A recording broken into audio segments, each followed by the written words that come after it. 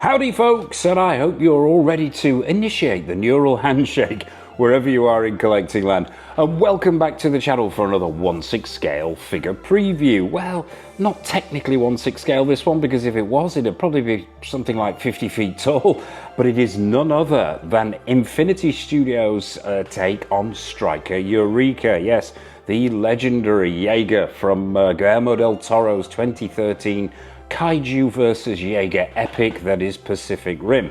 But before we dive into the pictures, I would like to send an enormous shout out to everybody who's supported the channel.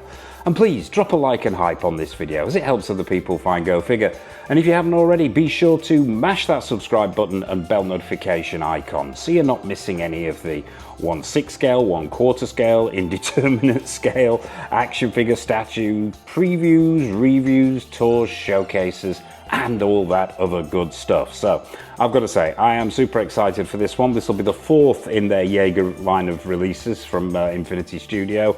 So yeah, without further ado, let's dive in and take a look at the pictures. This is the one and only, or at least the one and only up to that point, until we got the less than satisfactory sequel. It was the most up-to-date and modern Jaeger on the go, a Mark V nonetheless. First shot, I've got to say, I was a bit disappointed with this first shot. I've tried to tweak the brightness on this picture. I don't know whether Infinity Studios have gone for some kind of moody look here. I don't know, but it doesn't do the actual figure itself any favours at all, unfortunately. Too dark, in my opinion. So we get a general idea of the outline and the shape of the Jaeger, but that's pretty much it. The Mark V that was piloted by the Australian father and son team of Herc and Chuck Hansen. But yeah, that might as well not be there as far as I'm concerned. So let's zip on to the next. That's a bit better. So second shot, we'll start with this one. Loving this shot. We've got the Jaeger in run mode here, and it looks brilliant. This is the fastest of the Jaegers, as up until Uprising anyway.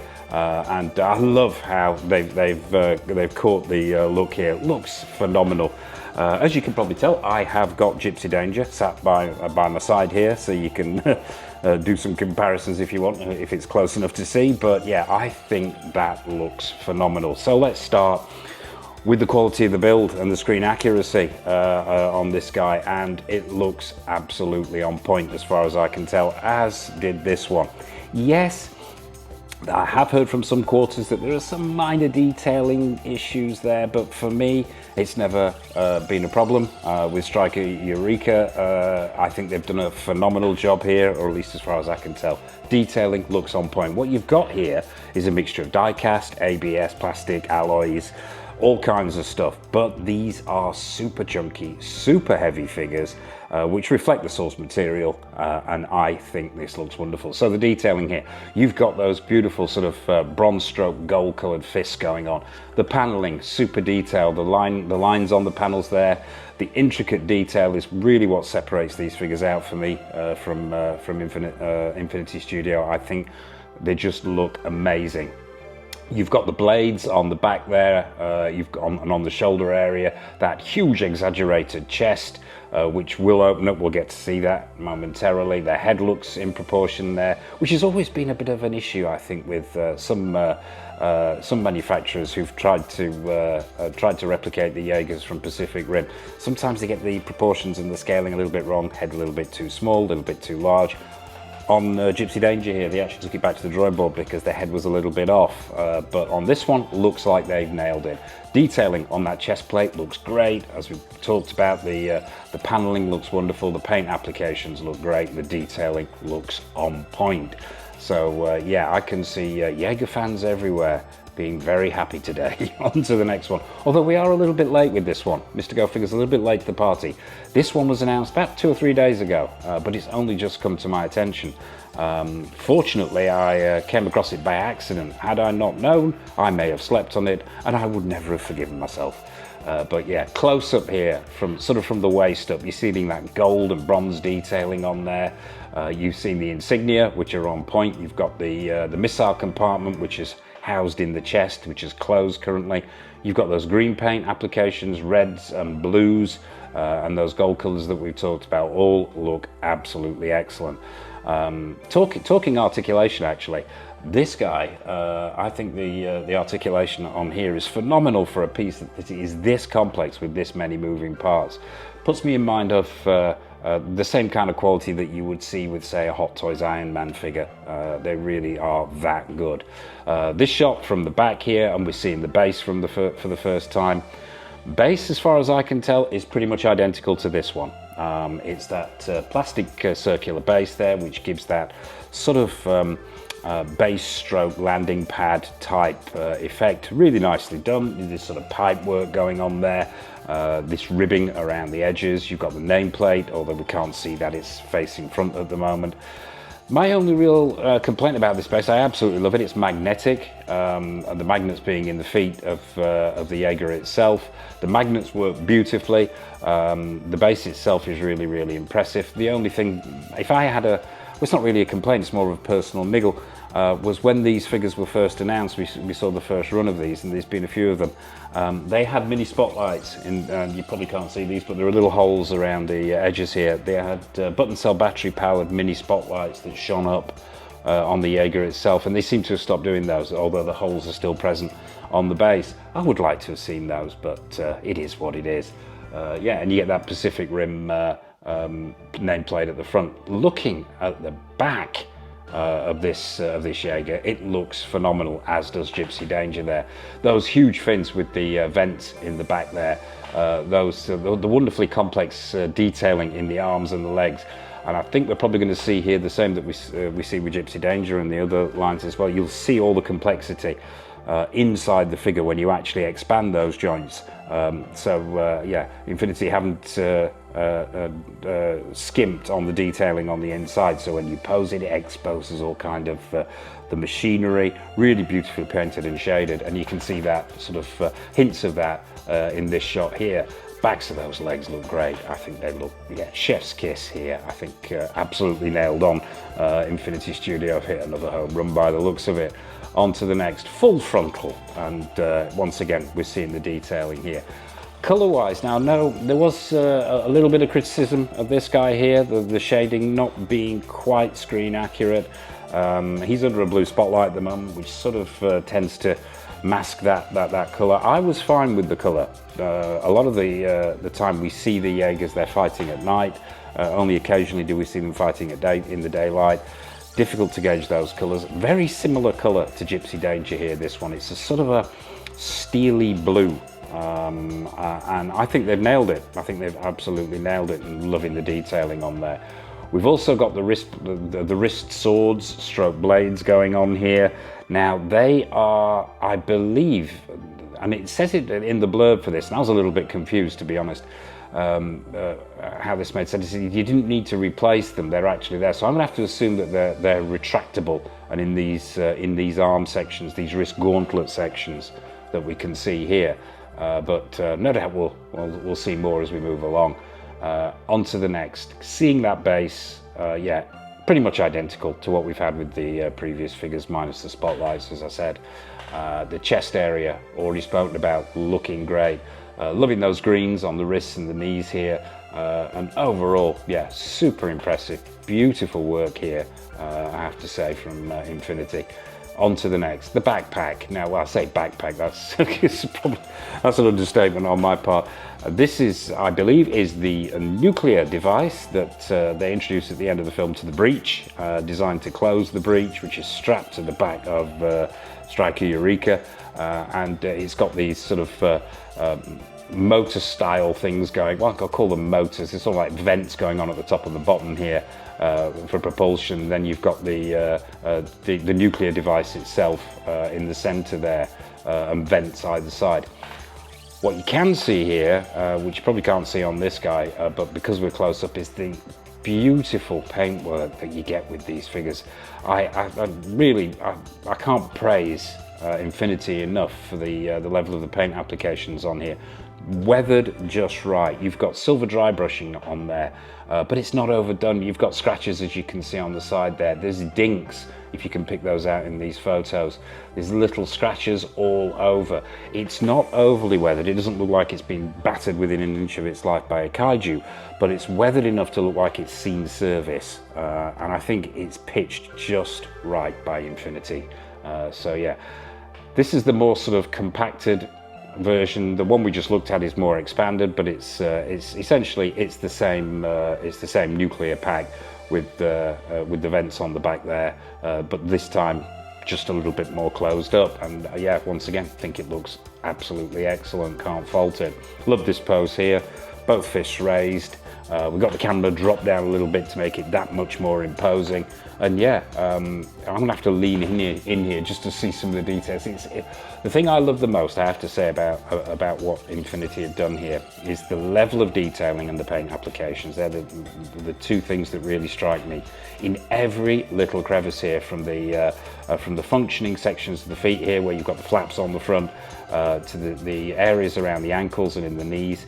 Every inch of this is covered with detail and has that real heavy mechanical feel to it, which is then complemented by these beautiful paint applications. Love that shot.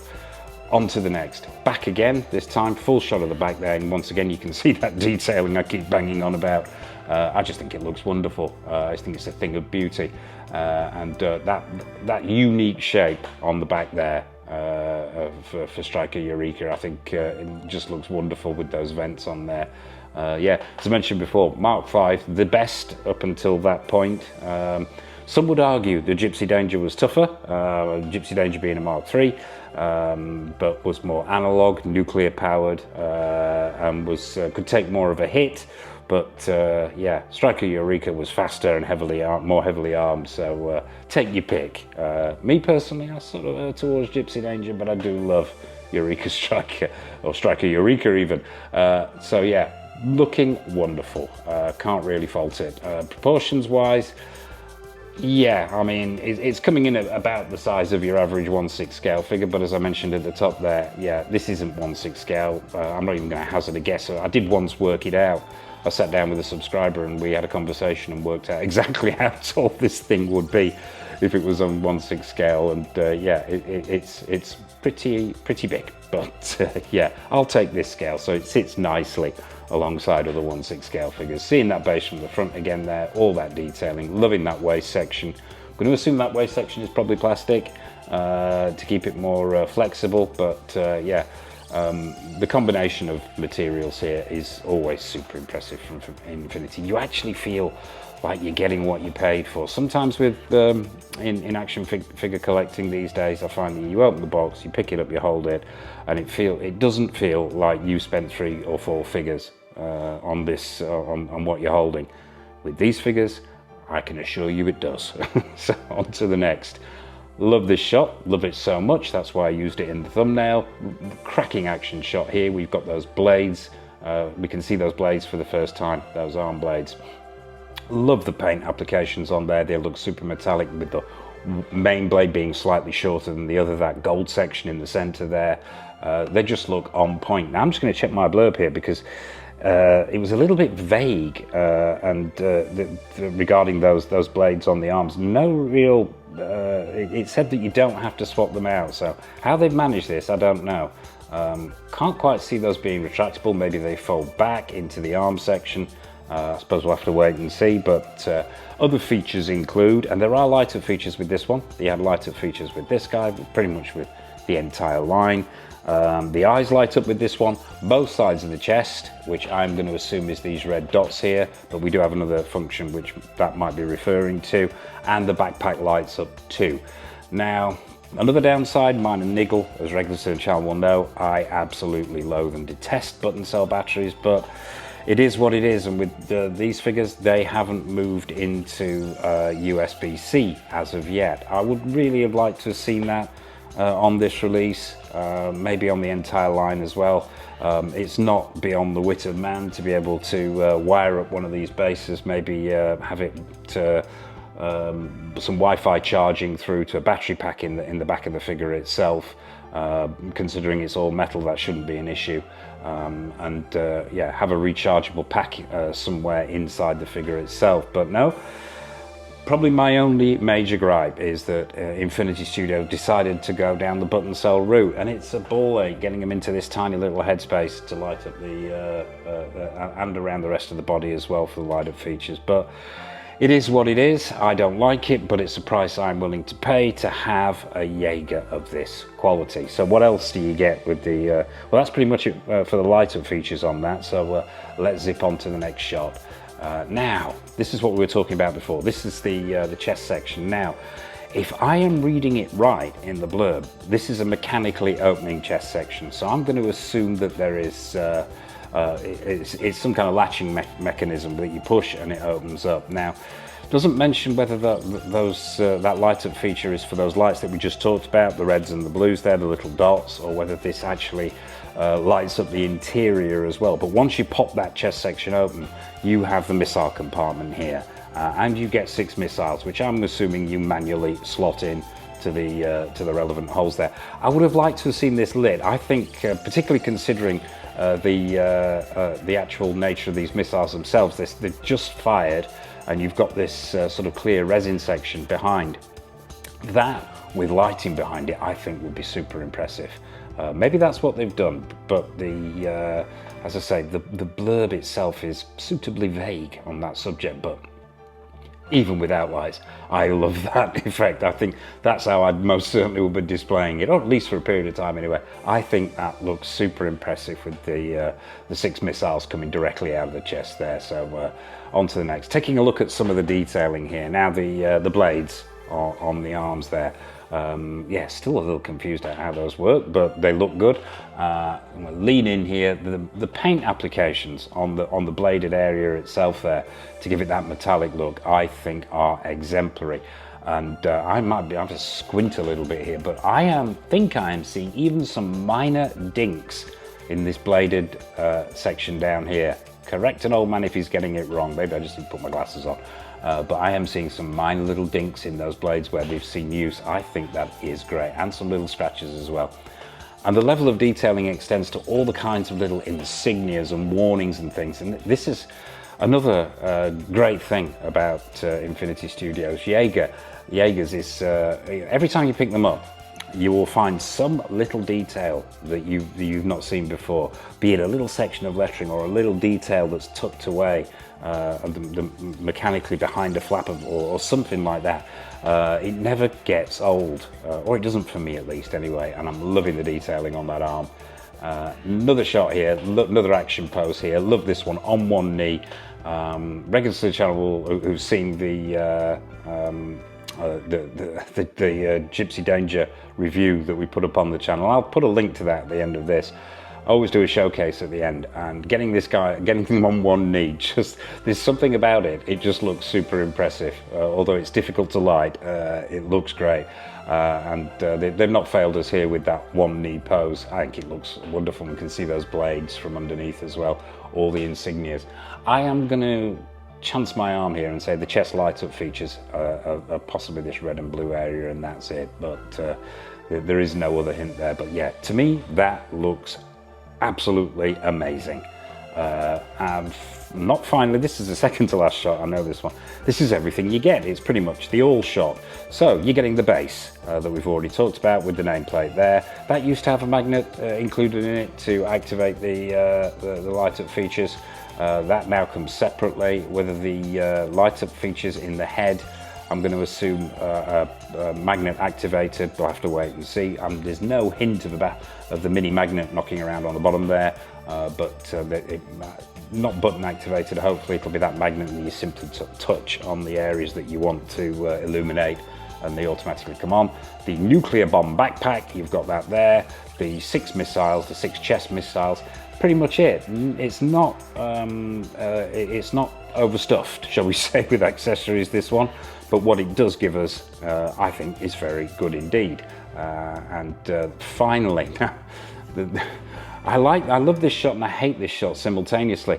What we got here, and I think it's great that they've included it, but they've given us, obviously, they've given us the new Jaeger alongside the 3 that they've already released. You've got Crimson Typhoon, you've got Cherno 1 and Cherno Alpha, and you've got Gypsy Danger as well. Now, unfortunately, Mr. Go Figure has been on the hunt for these 2 on the left and right hand side for quite some time.